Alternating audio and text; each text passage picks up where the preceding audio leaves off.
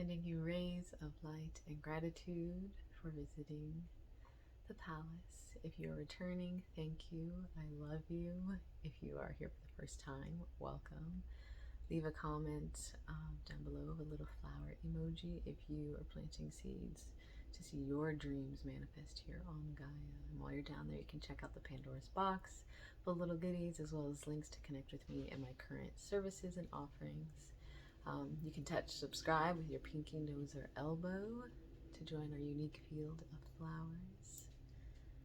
Thank you. I have a feeling Puppy is about to cry. Hopefully she won't.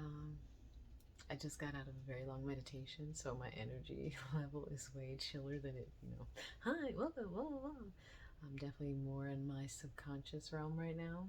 Happy full moon in Aquarius, the day that I'm recording this. The day that I also began the meditation.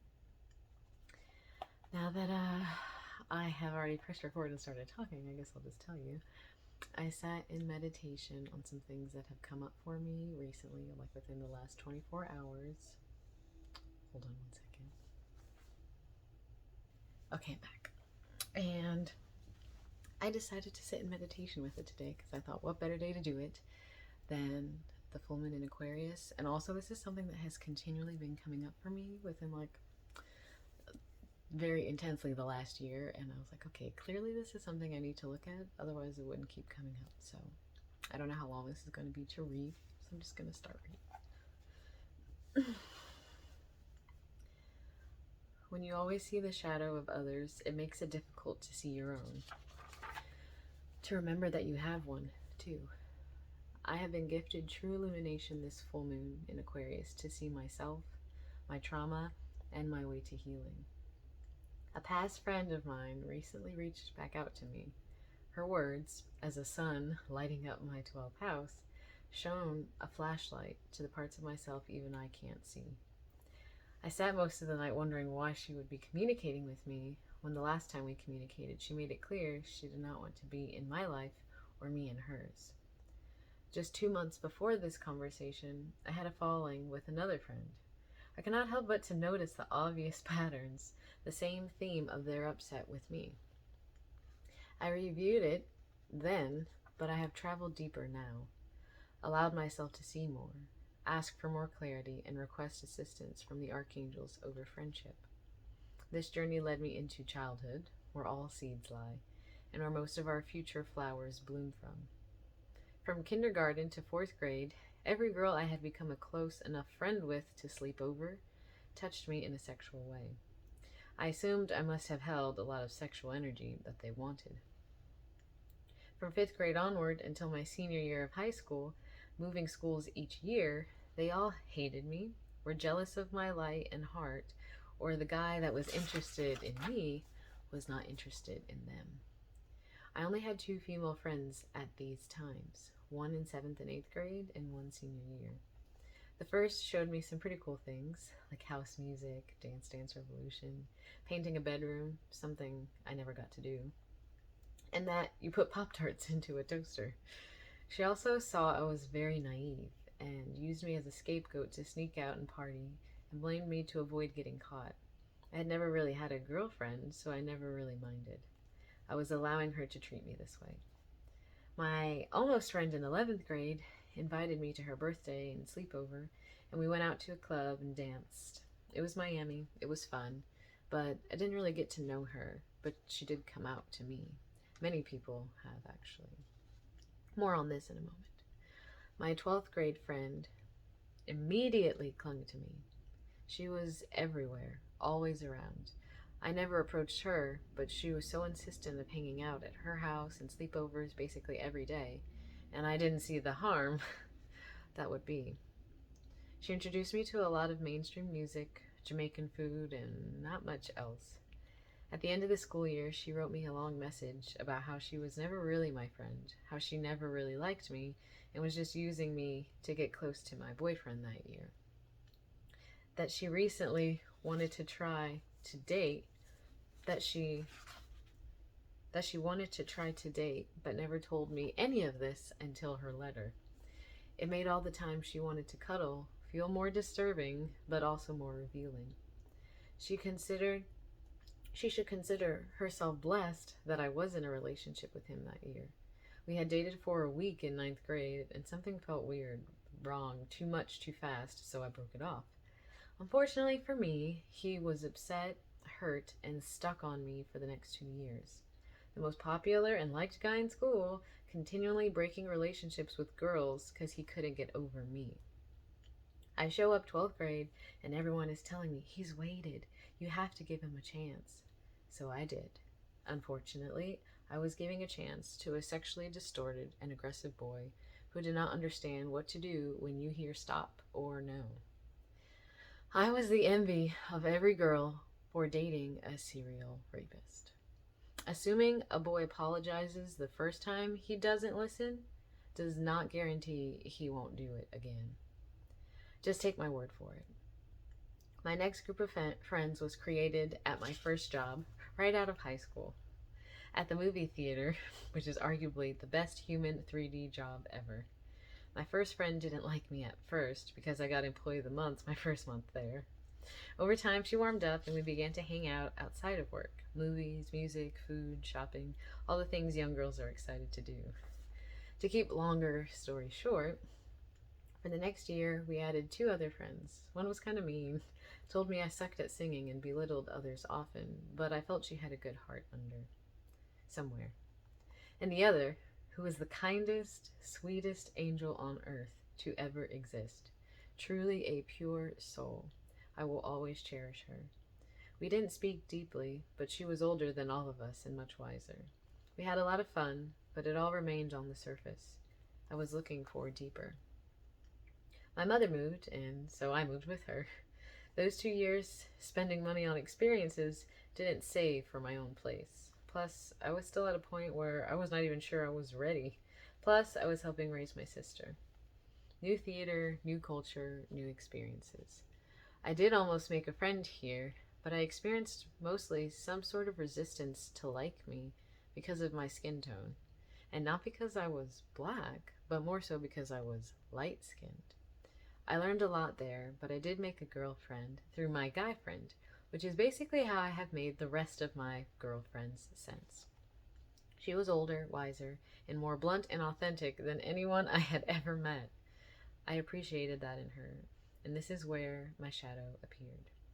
In desiring to create deeper friendships, I was gifted one, and a subconscious wall arose, allowing myself to only go but so deep. I didn't see her much, and I had just entered into my first romantic relationship, so unfortunately all of my focus shifted there. My other 2 friendships also coincided with me in the beginning stages of new romantic relationships. The next friend is one that is the reason I am sitting here writing and trying to understand where my walls and shadows lie. She was powerful, creative, intuitive, funny, and just beginning her own journey towards transformation. When I looked back to see where our friendship was unaligned, a lot of it had to do with the time in both of our lives, as well as the inability to look.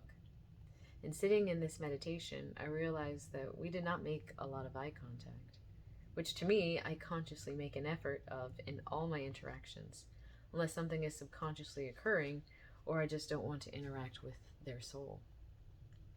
The memories are not clear, but I can see enough to know she would try to make soul contact with me, and I could or would not do it.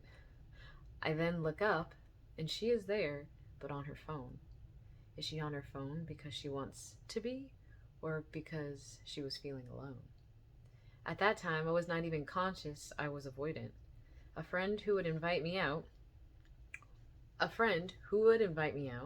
which by design as a projector is in alignment for me to wait for an invitation, who would want to experience things together, and we would, but only on the surface. Not because of her, because of me. Granted, a lot of people don't travel below the shallow waters. I knew she could. I could feel it, and her. Looking back, truly, I understand why she wouldn't come to my wedding. I am grateful she set a boundary. It shed a lot of light on my shadow. I had never created, developed, and maintained a healthy female friendship from birth until 24. Even when I met her, I was not entirely sure what true friends do. How to be a good friend or how to trust a friend wouldn't hurt me like I had for most of my reality. My past experiences with female friends negatively affected my present ones and didn't have to. My most recent friend I had only known for about 3 to 4 months. I met her, again, through my partner. She is wise beyond her years, intensely creative, bold, and witty. She has grace and wildness, perfectly combined. Perfectly combined. We never hung out alone or one-on-one, but rather as a group of friends, a tribe, if you will. I had recently exited a relationship where I lost a lot of power and self-value, and last summer I was working on regaining it. We all hung out from time to time, and it was the most fun I had in a long time. Rivers, forests, camping, crystals, and yummy food with funny friends was a dream come true. But the summer ended, and so did the sun and the fun.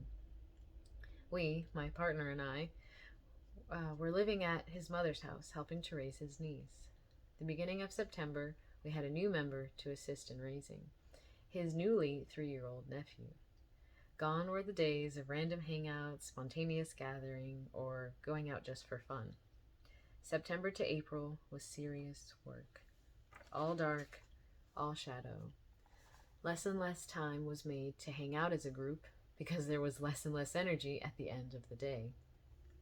I had already been trying to work on being a better friend, and to me that equated to texting when I could, supporting when I could, and when I did not happen, and when I could, did not happen consistently.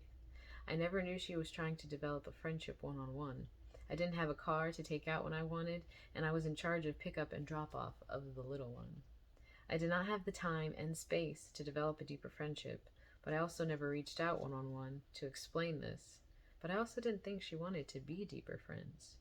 Or maybe I wasn't looking again, looking deep enough, just on the surface of it all. The end of our friendship came with a lot of understanding of how she truly felt. All things I had no idea of before. I wasn't looking. I was quite preoccupied with my new relationship, just like with my last friendship. A call for me to create a better understanding of the true balance needed to commit time to both. To simply just speak what I am going through and hope either side understands. Sometimes it feels like I can only ever be with one person at a time, all my energy or none at all. Don't we all want undivided attention from the person in front of us? To be seen? I'm not sure how others have been able to be my friend and not feel unseen. I ask them questions, but on the surface. I can go deeper. I am deeper. But the deeper I see them, the deeper I feel they can see me. I have to trust the intimacy and vulnerability I am looking for won't be taken advantage of. I have to look if I truly want to see. Sitting with all of this had been so revealing, and I am only left with gratefulness that these beings expressed their truth as it led me to my own.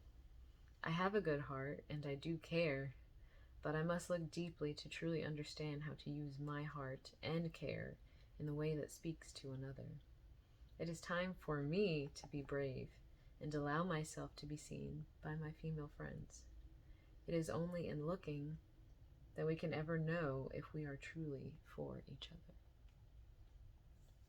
That's all I have to say.